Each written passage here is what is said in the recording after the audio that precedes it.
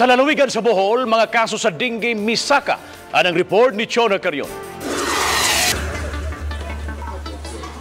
Halos di madawat ni Lelaine Gabi ang ginagatan sa iyang 10 anyos nga panganay nga si John Ian dihang namatay kini gumikan sa severe dengue ni atong Martes November 6.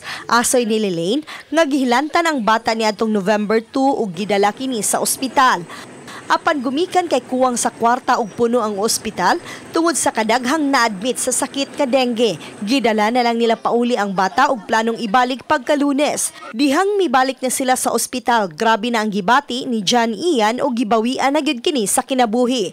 Maong hilabihan ang pagmahay sa inahan sa gidangatan sa grade 5 pupil niyang anak. Yung kuan sugo-sugo ng magkaops. Kawon tanong sayo. Dugay bigay na mong bakod kay kapoy bigay ni mong bakod sa iyo pugo sa tanong kaya hapot ng kasabaan lagi po usahay. Si John Ian usa lang sa 37 ka mga namatay tungod sa dengue. Nawagan ko sa mga tao nga manglimpyo jud sila sa ilang lugar. Ang ilang mga anak dili pa laglagon og sagasa. Suotan lag pajama jacket kay di sila natuhibawan ang panahon. Sama sang anak na ibaw kadawat na wala sa mga nang ang mga katawhan maghinlo dyan mo sa mga palibot na dili mo maparehas ang anak di mo maparehas sa nahitabuan na karon kaya di lalim mawadaan mo ka na.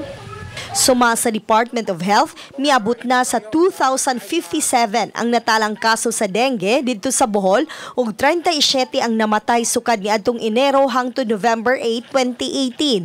Sa maong gidaghanon, 26 ang namatay sa Governor Celestino Gallares Memorial Hospital niadtong Oktubre hangtod November 6 ning tuiga. Matud pa 125.55 nga mas taas ang gidaghanon sa napektuhan sa dengue itandi sa miaging tuig sa susamang mga buwan nga dunalay 912 cases ug 5 ang namatay.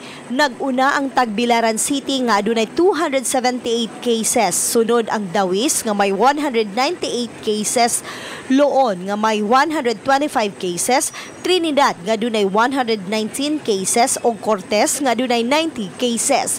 Wala pay mga apektadong lungsod ang mideklarar og outbreak apan nirekomendar ang Department of Health nga magdeklara na og dengue outbreak ang lungsod sa Dawis. Subling mipahinumdom ang DOH nga ugalion ang paglimpyo sa palibot ug mopakonsulta gidayon sa doktor kung dunay hilanat. Chona Carion, Balitang Bisdak.